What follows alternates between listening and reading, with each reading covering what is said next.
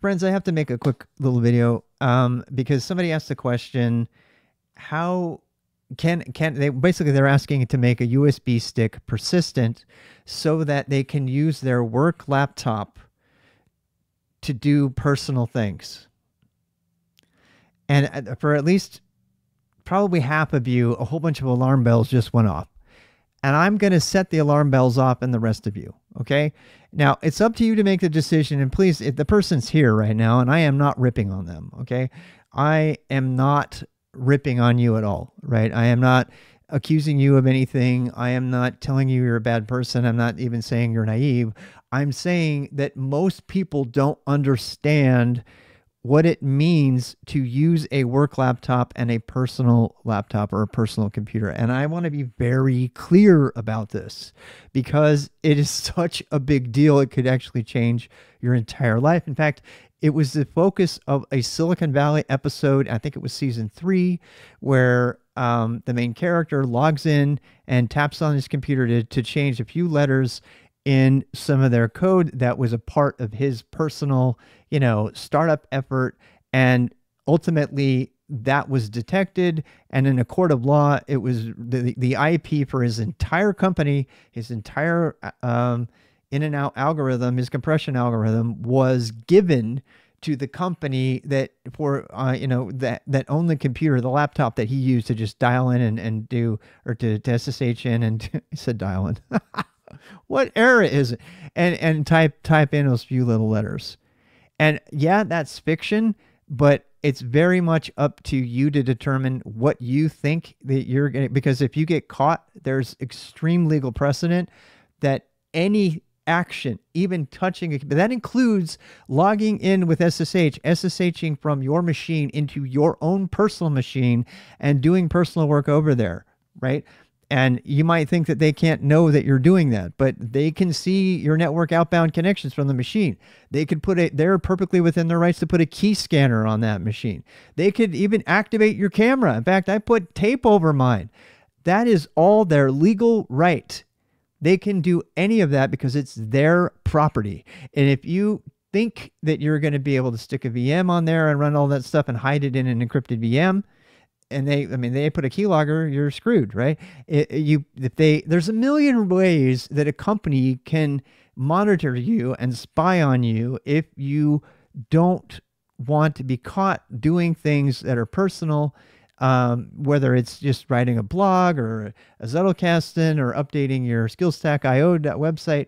So bottom line, I just want to be sure that everybody knows that if you're doing that, you're taking a risk, right? And it's up to you to decide how big that risk is.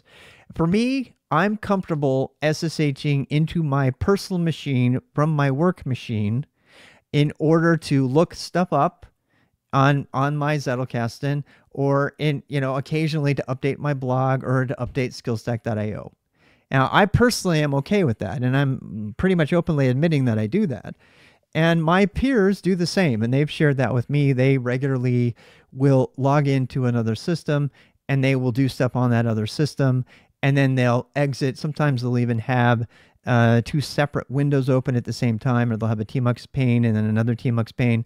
And that's all well and good, but just be careful, my friends, because as soon as you copy code from that you wrote for work, especially if you're a software engineer. If you're an operations person, you might be able to fly under the radar for a while, but if you're a software engineer, forget it. And I know this because I asked when I was at IBM.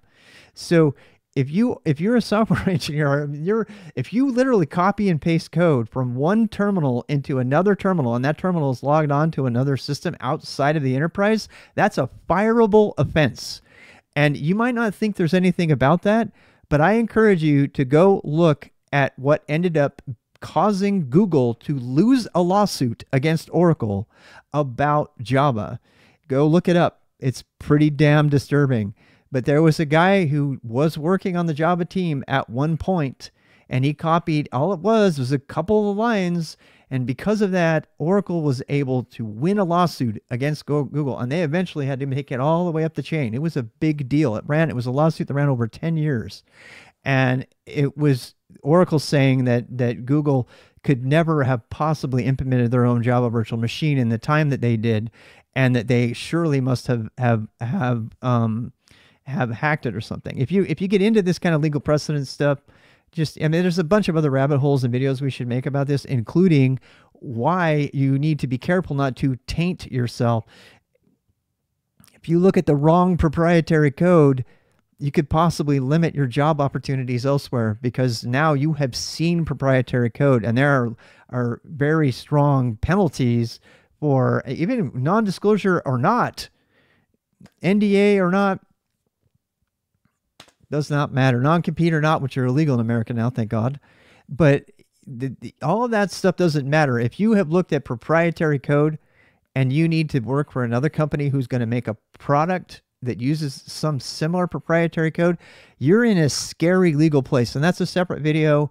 I don't quite know where to categorize those kind of videos. Those are related to managing your career as a technologist, and you need to be careful with that stuff.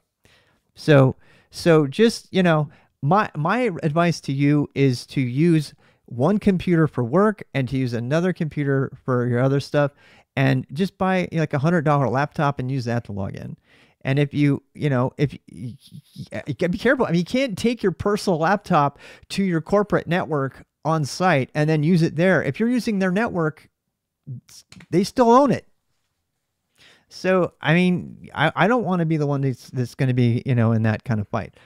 So anyway, some people feel the same way about their phones, by the way. So I work with someone who will not do anything work related from their phone.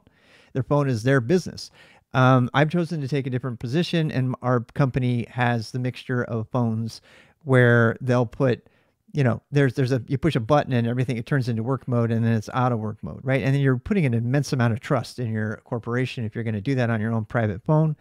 But, you know, it is something to consider. For me, this is one of the areas where convenience trumps the rest, because I was actually bike packing a lot, and having access to my notifications and my calendar and all of that stuff on my phone through the cloud or through whatever was more valuable to me than having a real solid separation. But I know people, including somebody I work with right now, who maintains a separate phone just for work. And that phone, they put all that stuff on that phone, and then their other phone is for on the private use. And they're carrying two phones. This reminds me of the 90s when we used to have like 5 pagers on our belts for different things, different departments. Can we just never talk about that again? All right. That's all.